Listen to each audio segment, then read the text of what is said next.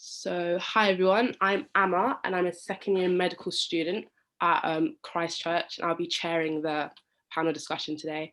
So if we could just have everyone introduce themselves, starting with Rachel. Okay, hi, my name is Rachel. I'm an engineering student at Jesus College, Cambridge. Cool. And Juliette. Hi, I'm Juliette. I'm a first year geography student at St Hilda's College, Oxford. Lovely. And Charlotte. Hi, yes, I'm Charlotte. I'm a first year classical archaeology and ancient history student at Somerville College, Oxford, and my shirt somehow thinks it's a green screen, so we'll go with that. And then Jacob. Hi guys, nice to not see you all, but feel your presence. I'm apparently doing PPE at Lady Margaret Hall, Oxford, in my first year. Lovely. So we're here to answer any questions you have. Like I said, you can put them in the chat and we'll get around to them, or you can put them in the Google form. If you make sure you put room C in the form, and then I can see all the questions. So whilst we wait for you guys to kind of come up with questions, I think the first question I'm going to ask everybody is, why did you want to go to university? And then why did you decide to apply to Oxbridge? Because I feel like university is quite a daunting thought when you're in sixth form and you're deciding what you want to do with the rest of your life. So what made you decide that Oxbridge was a possible path for you? So if we ask maybe Jacob first. Yeah, so I kind of knew I wanted to go to university just because, I don't know, I guess I'm a bit of a nerd and I really like my subject and wanted to study it more. In terms of Oxford specifically, I think the three main reasons. The first was kind of just the academic side of it. So, obviously there's all the league tables, and then as Naman already talked about, the tutorials where it's literally you and then one other person and then the tutor, which is brilliant in an absolutely terrifying sort of way, because this is an expert and there's kind of no hiding when your argument is a bit terrible and what you're saying is riddled with contradictions. But it's so good for understanding a subject and getting rid of whatever kind of gaps in your understanding you had. So the academics was one. And the second was the college system, which we already mentioned as well. But I think it's really exciting because there are 30 colleges, and each college looks different and feels different and has a different reputation and is known for a different thing. So you can look around and get a feel for them. And I think that's really nice because these are communities of maybe 400 to 800 people. So you have a really good sense of identity instead of just being part of a 25,000 member university. And then also, I think Oxford is a really nice city. Yeah, really good answer. I thought it was interesting that you said that you really wanted to learn more about your subject, because you do PPE, which is a subject that most kind of schools in A-level or IB don't necessarily offer. So I guess I'll ask this to Charlotte, because your subject as well isn't something you necessarily do in school. How did you choose your subject? I think that's a very good question. I think traditionally or originally my school has quite it had like a very good classics outreach program that it was associated with. And I have to admit, initially I thought, okay, I want to do classics and I want to do, classics at Oxford University is almost the holy grail of kind of classics degrees when kind of going around universities. And I think initially I thought, okay, I wanted to do that. But upon kind of looking into different subjects that the department offered, I kind of thought, I was trying to learn Latin at the time and go through it. And initially I thought, yeah, okay, I'll be okay with the Oxford workload. And then I thought, well, maybe like with a car degree, kind of the language learning is optional. So there's no requirement for you to have a knowledge of ancient Greek or Latin, or there's no requirement for you to kind of focus on languages specifically. And I thought, well, in the end, I preferred the flexibility of my course over that of classics. And obviously classics, you have quite a few, there's so many different areas and so many different bits that are covered. But I thought, well, I'd rather say, for example, I don't want to commit to learning a language and realizing that I kind of don't get on with it. So initially I said, okay, well, I can go and I can do kind of Latin for beginners, I can do ancient Greek for beginners, and I can kind of do taster sessions of it in my first year that I can then maybe carry on and take on to doing as kind of more rigorous language study in the second and third years. So I personally, I really like the flexibility that it gave me in terms of languages. And also as well, there's a very good balance between kind of Greek classes, Roman classes on like Roman history and stuff. And I like the way as well that it explores different areas. So obviously I did classics at A level, not because my school didn't offer ancient history, but I looked at it and I thought, well, the syllabus that we had then was very much kind of Greek and Roman, like Greco-Romano focused. And I looked at it and thought, well, yeah, that's great, that's fine, that's something I enjoy. But then there were also there's chances with my course to explore kind of Egypt, Persian Empire, even Britain during that particular period. So yeah, I enjoyed the flexibility mainly. Yeah, I think when you're choosing a university course, no matter what uni you're looking at, it's really important to look at the kind of breakdown of what they teach to see if that's kind of like the subjects you want to go into, if there's opportunity for flexibility, and then seeing how that might link into your current A-level or IB study, because that can kind of guide the things you do to prepare for your application. So I guess going on to that, I'll ask Juliette, I'm assuming because you do geography and that's usually offered, you did it for A-level, right? Yeah. So what kind of things did you do, and what kind of things would you recommend for students to kind of build up the kind of things they'd need to mention on their personal statements or at interviews? Okay, yeah, so yeah, I did geography, politics and chemistry at A-level. And so they kind of relate, the politics and chemistry, to the geography. I think the main thing is do what you can to just be interested and aware of what's happening in the world around in relation to your subject. So whether that's sciences or humanities or anything else, like what new things are coming into main discussion in your subject or are being discovered, if that's applicable for science or things like that. So with geography, it's quite easy to be aware of like natural disasters or any other kind of things that could be topical. So having an awareness just of the news and or whatever is relevant like to your subject at the time. And then the main thing I found with my personal statement was I didn't want to just write about some books and then make sure I had to read them and stuff like they were saying earlier. When it came to writing my personal statement, I didn't have any particular books in mind that I thought I could talk about to that extent. And I knew, therefore, if I like tried to find one to fit in, it wouldn't be natural. So I tried to use things that I'd already done that were relevant to my subject that I could talk about instead. So I did an EPQ, so I talked about that. I did my work experience. I did it in like urban planning, which is so it's related to geography. Most of the people there had done geography degrees. So if you talk about something that you've experienced, like so if you're writing that in your personal statement or talking about it in an interview, you can't be wrong. Like your experience is what you said. Whereas if you're talking about an academic text, like they said earlier, obviously there's the chance that your tutor might know more about it than you, and that's fine. If it's a text you really enjoyed that inspired you, definitely it's worth mentioning because the whole personal statement is about why you're inspired by the subject. But personally, I thought a better route for me was to talk about things I'd experienced. So I talked about that, and I also talked about a talk I'd seen at a new science event. So again, it was about what the talk made me feel and why it inspired me. So I think that's a really it's a good route to explore, is things that you've done, because that way, yeah, you're going to talk about it more personally in your personal statement and also be able to talk about it in your interview. You don't have to feel like you have to revise it in the same. Yeah, that's really well said, because I study medicine, and I don't know if any of the students here want to do medicine, but there's a big preconception that you have to have like specific medical work experience. You have to do volunteering in a hospital, you have to shadow a doctor, but that's just not that easy to get, especially with the pandemic now. So like Juliette said, it's your experience, you can't be wrong. If you did netball and you were team captain, you can extrapolate whatever skills you got from that and mention it and say how that will help you with your studies or your future career.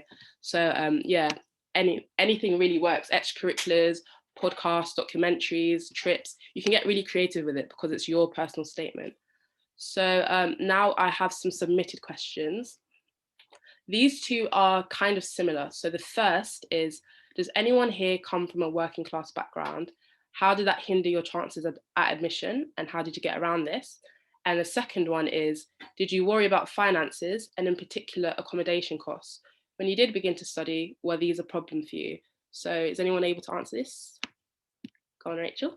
I can answer that. So actually, Oxford and Cambridge are trying their hardest to bring more students from working class backgrounds. So I actually got onto a summer school that was especially for students who live in areas that not many people go to university. And I definitely found that eye-opening. Before I was like, I'm the Oxbridge type, but you go there and you meet lots and lots of people who are just like you, and it's not as elitist as you think it is. So you get there, and I mean, Jesus College, Cambridge is 80% state school. You meet lots of people like you. It's definitely not as exclusive as you think, and they put in provisions to make sure that students from disadvantaged backgrounds have an equal chance. So that summer school that I met everyone who was also from working class backgrounds. The 5 friends that I made in that summer school all got offers. So definitely don't think that it's something that you can't achieve, because you definitely can. Definitely. Like Rachel said, they put provisions for that in the applications process.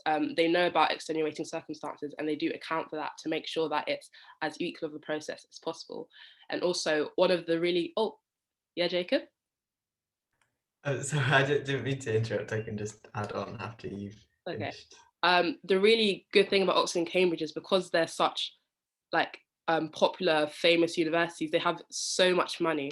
They have so many bursaries available. So for example, at Oxford, for instance, they have the Crankstart Scholarship, which I think Naman already mentioned, but also individual colleges also offer their own bursaries to support people. So if you're applying, it's a really good idea to look at all the individual colleges and see if they can offer the kind of particular help that you're needing. What did you want to add on to that, Jacob? Yeah, just onto a thing about bursaries. So I think Oxford and Cambridge, they kind of sound posh and expensive, but the bursaries are really good. So just to give you it straight, because of my household income, they literally give me £4,000 a year that I don't have to pay back. I don't have to spend in a particular way. That just goes into my account for me to use. And how it works, and you might already know this, but I think it's just worth breaking it around. There are kind of 2 things that you have to pay for when you're going to university. The first is your tuition fees, £9,250 a year. But that's fine if you're from a background without lots of money, because you can just borrow that from the government, and you don't have to think about that until after your degree. That really shouldn't be a worry. And then the other part is about your living costs. So paying for accommodation, paying for food, paying for alcohol, maybe, other important student things, textbooks as well. And you can get another loan from the government, which again, you don't have to pay back until after your degree. And even then, it's only when you're earning a particular amount, and only then it's a percentage of what you're earning. And the lower your household income, the more you can get from the government. Plus that, the bursaries that you might be eligible for. So that like £4,000 extra that I'm getting, and a lot of the colleges have their own schemes. So for example, my college, LMH, they had this fund for anything you needed for going to university. So for example, the reading list had a few expensive textbooks on, and they also said, by the way, you need a black suit for matriculation. Well, I didn't have a black suit, so together that was like £300. I just submitted a few receipts and got that. So they're really good in that regard, and definitely say don't worry. Yeah, and Charlotte, I saw you wanted to add something. Yes, I was going to say, I don't know what's been said about the Crankstart Scholarship already, because I had a couple of connection issues getting on, but as a recipient of it, I can say it is a massive help. And I don't know how much I can disclose, but I do receive quite a healthy sum of maintenance loan already, kind of coming from a working class background. But I think one thing I don't know how it is with Cambridge, but I know with Oxford, if obviously staying in college and kind of college owned accommodation, the rent does seem quite favourable in comparison to other universities. So I know I looked at, say, studying at Exeter, for example, and a decent sized kind of room and place to stay there, I think would have set me back about kind of £5,000 to £6,000 a year in rent. But obviously Oxford, they own the accommodation. They charge a reasonable amount, but I think at the last term, or the one term I've been in college so far, the rent was about £1,500 for 2 months, and that covers kind of food, heating, no, not food necessarily, but kind of heating, bills, Wi-Fi, access to kind of college gyms and stuff like that. And a lot of it, kind of working out budgeting, I'd say, is kind of better at Oxford, I would say, perhaps. I know there's obviously you need to still pay for textbooks and that kind of thing, but I'd say one of the good things about Oxford is the extensive libraries that each college have, and especially trying to get reading lists together for essays and that kind of thing. It does help kind of take the pressure off financially, that you can just say, okay, I'm going to sit in the library and get some classics books. And there's some books I would say it's still helpful to have, but it does take the pressure off quite considerably. So you don't have to spend as much on books at the universities, I would say. So basically from all of that, you can see that Oxford really is accommodating, like everyone's basically just said. Like the libraries are stocked at my college. I'm not sure about others. If you need a book and they don't have it, you can ask them, they'll just buy it for you. So there's just so much support, and that makes finances not really a worry. So I would say that if you feel as though you want to go to Oxford, you want to be academically challenged, even if you're from a working class background, that definitely shouldn't deter you. So moving on, I saw a question in the chat about, this is for me, it was just about how much work experience should be mentioned in your personal statement. Or like we said before, your personal statement is personal. For me, it was maybe kind of like 2 paragraphs, but it wasn't necessarily work experience, because like I said, that's hard to get. So it would be maybe if I volunteered with children, so I used that as work experience, and I said how that would link to medicine. So I'd say maybe like a quarter, but it wouldn't just be your work experience, it'd also be maybe your extracurriculars as well, that you could kind of fit under there. Another question that we got in the chat was, what are the main differences in studying in Oxford versus Cambridge, especially for humanities students? Is anyone able to take that one? Just speaking personally, I know that the subjects themselves are quite different. So I wanted to do something with politics, and at Oxford, that was either PPE, so politics, philosophy and economics, or history and politics. Whereas at Cambridge, that was human, social and political sciences. Rachel can correct me if I'm wrong on this. And it had like social anthropology and things like that. So I know that quite a lot of the subjects will be the same, but those 2 courses were quite clearly different. Yeah, I think the teaching style is very similar. So tutorials and supervisions are very similar from Cambridge and Oxford respectively, but the courses are different. So I chose engineering at Cambridge because I preferred the course. The teaching style is not very different. It's definitely the courses that you want to look at. Yeah, I think the Oxbridge experience is quite similar. We do similar things. You matriculate, so that's when you become an official member and you wear a gown and you have a really nice day with your friends. But what really is the difference is the actual subjects offered. I can't remember which way round it is, so you'd have to check. But one of the universities offers more kind of joint honours. I think it might be Cambridge, like history and German or something like that. You can do more combinations. Whilst at Oxford, you don't necessarily have that same amount of flexibility. Though with subjects like PPE, which is what Jacob does, philosophy, politics and economics, or PPL, philosophy, linguistics and psychology, you might be able to get that kind of flexibility too. So you have to kind of look at all the different subjects they're offering and like the combinations. So if you have any more questions, please keep putting them in the chat and the form. I'm keeping a look at them. So I think we can address maybe, question in the chat. What does this say? It says, does Oxford have something like a Marxist society or anything similar? How would you get involved in extracurricular clubs like this? I think Oxford hasn't. Okay, Charlotte. Yeah, I was going to say this is very convenient because I actually started engaging with the Marxist Society themselves the other day. But yes, there are plenty of kind of other. Obviously, there's the Marxist Society, and at the moment, we're currently organising things and getting together petitions in order to obviously help with the anti-policing bill that's coming in, and kill the bill, as they say. And another of other kind of political routes at the moment, kind of focusing around stuff in the news. But I should also say, for balance, there is also a thriving Conservative association. There is also Oxford University Labour Club. I do believe there's a Lib Dem society as well. I know a couple of people who are part of that. But yes, if you're interested in politics, especially from a kind of a student level, I can confirm that Oxford does have a thriving scene that does kind of encompass everyone, regardless of where they are on the political spectrum.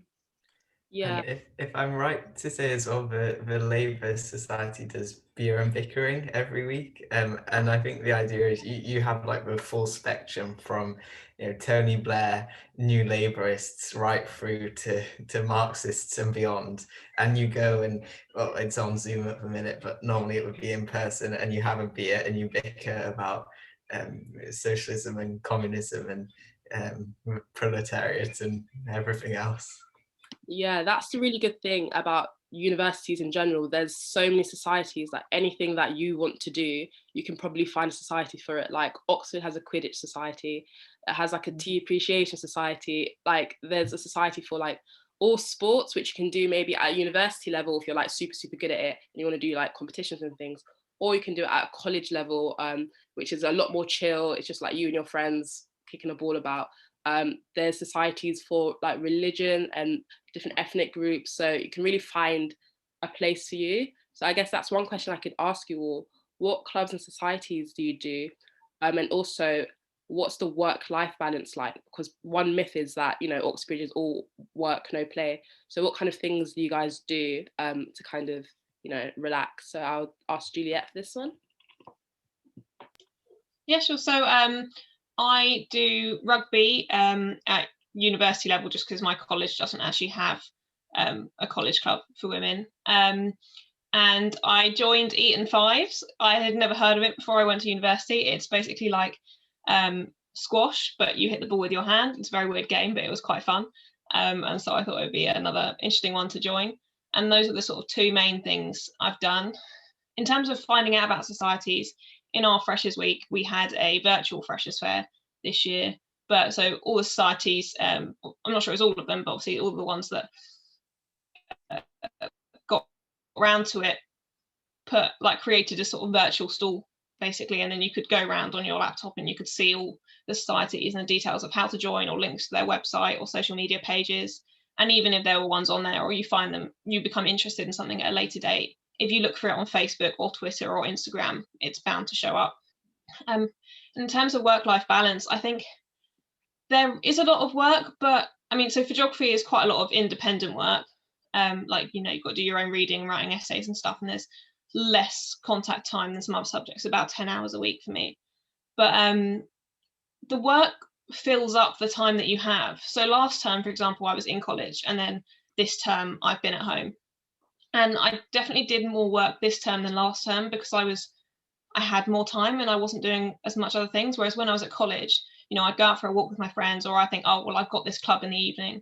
And because you have that time set aside, the work just fits into the time that you have left. And so the work can take all day, every day if you let it, but you just have to plan in the extracurricular things that you want to do. And then somehow the work seems to fit in at the time you have left. So it does work out, and there is enough time. It takes maybe a few weeks to get into good habits. Well, it depends how good habits you're already in. I wasn't in very good habits when I started university, so it took a few weeks to kind of adjust. And then obviously I had a few lectures to catch up on at the end of term, but you get used to it. And like I said, yeah, everything kind of just seems to fit in, and I had enough sleep, so just about, so it's okay.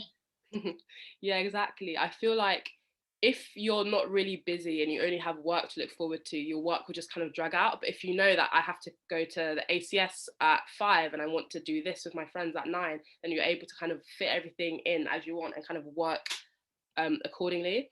And kind of talking about the step up from kind of like I guess like sixth form to university. What was that like, Rachel? Did you find it easy, or what kind of things did you do to help with that? So engineering is quite a heavy workload subject compared to other friends I have at uni who study other subjects. At sixth form, I found I was setting myself a lot of work, so I was revising, but during term time now, I don't have the time to revise. I kind of leave that to the holidays. But I know I have, for example, I have a friend who does linguistics. She has like 4 lectures a week and a couple of supervisions, so she's got lots of time to do independent work, whereas I have around 12 lectures a week, 20 hours of coursework, and about 4 labs and 3 supervisions. So I have a lot more contact time. So it's more organized work than it is individual work, but it definitely depends on your course. Yeah. Great. Okay. Please keep sending in questions for us to answer, because I'm having a look at all of those. I think now, I guess because we're kind of looking at student life, one good question could be, what are your favourite things to do in Oxford or Cambridge? Because I feel like when you're looking at universities and you're seeing all your friends going maybe to like Manchester or Birmingham, and it's like massive, maybe like party cities, or they have like really good things that you want to get involved with. What is it about Oxford and Cambridge as a city that kind of drew you guys to it? Anyone want to take it for Oxford? I could take this one. I'm gonna make a big pitch for 2. I think you've got to call them institutions of Oxford. And the first is Najars, which is basically, it's this kind of dodgy looking shed that serves Lebanese food. And I mean, I know we're time limited, but I could spend a long time explaining like the beautiful wraps, and then we put, oh my goodness, I remember banana milkshakes as well. And then there's also G&D's, which is kind of an ice cream cafe, and absolutely institutions. Which I think the broader point is that my brother says that everyone who my brother's just winding me up, but he says everyone who goes to Oxford must be really posh and we do weird things. But literally, what like on an evening with my friends, I go and get tea from this hut with my friends, or go and have an ice cream. There's lots of nice things to do, but just because it's this great university, they're kind of normal nice things as well. Yeah, Oxford has loads of really, really nice restaurants, and the kind of things you'd see maybe in like big cities that you're from too, but also like loads of like chip vans and that kind of thing. That's a big part of kind of student life at Oxford. Yeah, Charlotte, what do you want to add?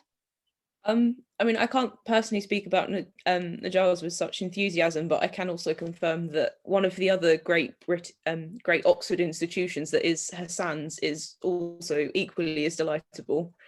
And as somebody who at Somerville has a G&D's ice cream cafe right in the street next door to us, I can confirm, if I'd say matriculation is an important part of the Oxford process and the Oxford experience, but I would personally, due to my loyalties to that cafe, say that experiencing a G&D's is also something that is equally as important as matriculation. It's an experience. It's very good. And one thing about Oxford is that it's quite a small city. You can walk from anywhere, which means like anything that you want to do, you'll be able to do. So how about Cambridge, Rachel? What kind of things does the city of Cambridge offer? I think they're quite similar, Oxford and Cambridge as cities. So I can also walk basically everywhere I need to go, or you can cycle. Obviously, if you've ever seen pictures of Cambridge and Oxford, it's a gorgeous city. Cambridge is, and I know Oxford as well. I've been, but like I kind of like the small. So there's lots of like independent businesses, like you're talking about. They're like small little coffee shops, and there's a market and the stalls and stuff. And I really liked that toned down atmosphere, but also it's not all like that. They've got a spoons, they've got pubs, like so don't just think there's nothing there, because there definitely is. Yeah, I feel like when I applied, I didn't really realise, I'd never been to Oxford before. I didn't go to Oxford until my interview, actually. I didn't go to any open days or anything. So I thought it would be kind of small, but it is basically like a big city just kind of squashed into one, with loads of really cute little eccentric things as well. So it's a really nice university experience, because not only are you learning from like the best in the field, but also you're getting like a really, really good experience. What else can we ask about student life? maybe we can come off from student life now and go back to the application process, and maybe if anyone has any questions about that, they can send it in. So we can ask maybe about kind of like admissions tests and interviews. What was that like for you guys?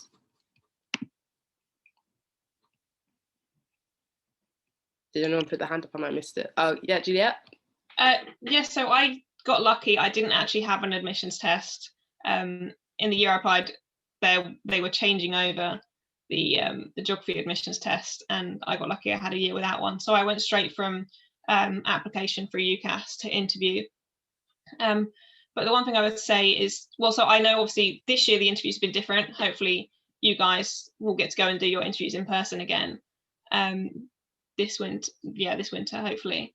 But I really enjoyed the interview time. I mean, it's one of those things, so at Oxford you go and you stay, you know, for overnight or maybe over a couple of nights for your interviews generally, because you'll have maybe one one day and then one the next day. And so in terms of the staying there was actually really nice. You meet people, you might never see them again, you might keep in touch with them all the way through until you join, or even if you end up going to different universities. But that in itself was actually quite a really lovely experience, and it was really nice time to walk around the cities as well. You know, you start getting all the Christmas things up in December.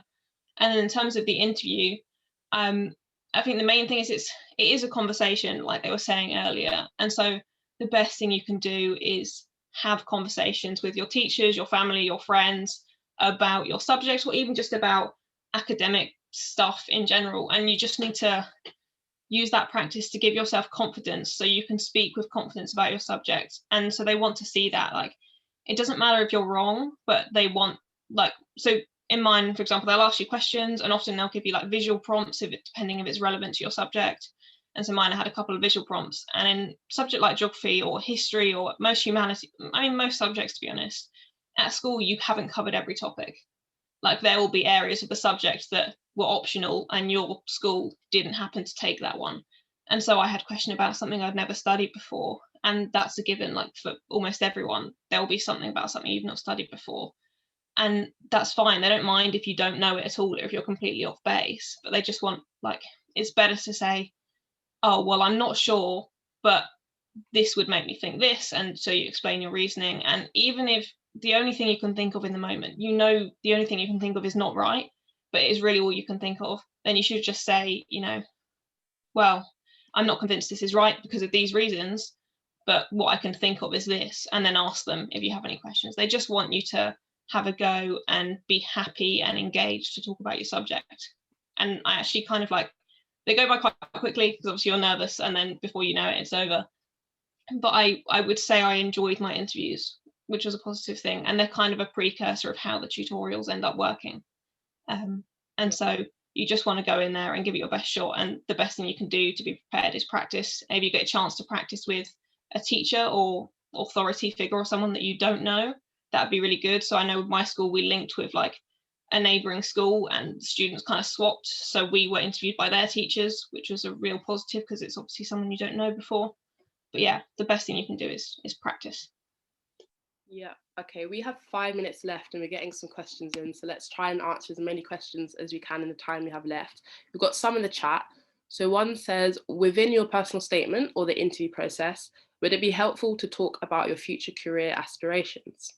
What do you guys think? Seeing nods. I think lots of people don't know.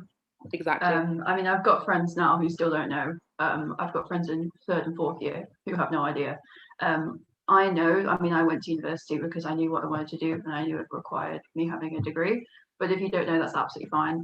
I've popped something in for science interviews. I feel like we've had lots from humanities, and also in the beginning, interviews are quite similar for science, except you get a problem, you get a math sheet, and they ask you to work through it, just as they ask humanities students a question out loud, and you just speak and write. I mean, I literally had to like do the grid method for 15 times 10 in my interview. So like, definitely just think out loud, take everything slowly. I ask for help in all my questions. That doesn't mean you're a bad student. In fact, they're looking for people that can teach. So definitely don't sit there stuck. But I didn't get asked anything about my personal statement or my career plans in my interviews. It was entirely academic based, but I know some people who got asked had an entire interview just about their personal statements, so it can be completely varied. But yeah, don't worry if you don't know what you want to do. I know people in the 4th year who still don't know what they want to do, so yeah, don't be concerned about that. Yeah, good answer. Okay, one submitted questions for me. It says, for medicine, does your BMAT score have to be very high for a chance of securing an interview? No, if you look at Oxford or Cambridge respectively, I can't really talk much about Cambridge, but at least for Oxford, they consider a lot of things, your BMAT, your GCSE, but also they look at your GCSE scores in the context of the school you got them in. So if maybe you got a low GCSE score in the context of an Oxford application, if in your school you did really well, that will be highlighted and they'll see you as a potential applicant. So I'd say try and work, like do lots of practice questions for any like admissions exam, do loads of practice. There's loads of resources online, and try and get your score as high as possible. But if your score is low, don't be disheartened. Because I remember when I got my BMAT results and they were just average and I was like, lol, I'm not gonna get an interview, but here I am. So you never know how it's gonna work out. One question was, what did you do to differentiate yourself from other applicants? And because I feel like we're running out of time, I'll add this to another question I wanted to ask, which was, what would you tell your younger self? So looking back, what tips would you get? So yeah, 2 questions. What would you tell your younger self? And what did you do to differentiate yourself from other applicants? So does anyone want to take it? Go on, Charlotte. Okay. I would say, especially in terms of differentiating yourself, I would say maybe focus on a niche topic. So I know at sixth form, I went to one of the classics open days, and I saw a lecture by Josephine Quinn from Worcester College. And previously I had never really considered Carthage or looked into the history of it, but she did this really fascinating talk on the Phoenicians, and especially she paid quite a big focus on Carthaginian child sacrifice, which I know it sounds macabre, I know it's not everybody's cup of tea, but you know, I went away, I looked at it and I researched it, and I read a couple of the books that she'd done that the talk was based on. And I mentioned them and I said, well, obviously I know that this isn't exactly the most popular area to be looking at, but I said, oh, I found this area particularly fascinating. So I would say linking it in with advice to my younger self when applying. Don't be afraid to be a nerd. Everyone else is a nerd there as well. And as a tiny other bit of advice, I would say, especially at the interview stage, remember that the person that you're talking to is a human, because I know it can be very easily, especially with some of the people, like some of the, Oxford doesn't have not Mary Berry, Oxford doesn't have a Mary Beard equivalent, but the people you're still talking to, you kind of look at them and you think, oh wow, these are the most revered academics in the land. They are the holy of holies. They are the epitome of academic learning. But yeah, I would say just remember that they walk the dog, they do the laundry, they stick red socks in a whitewash, and try and remember that they are human. Because I feel like a couple of the people I was talking to at interview were saying, oh, I got scared, you know, I was worried what they were thinking, and worried what they were doing. But yeah, just remember they're human, because obviously when you remember that they are like us, they are normal people, it does kind of demystify them quite a bit. Yeah, I know people sorry kind to of look cut you off. We've probably got like 30 seconds. So from a science perspective, Rachel, what would you say would help kind of differentiate you from other applicants?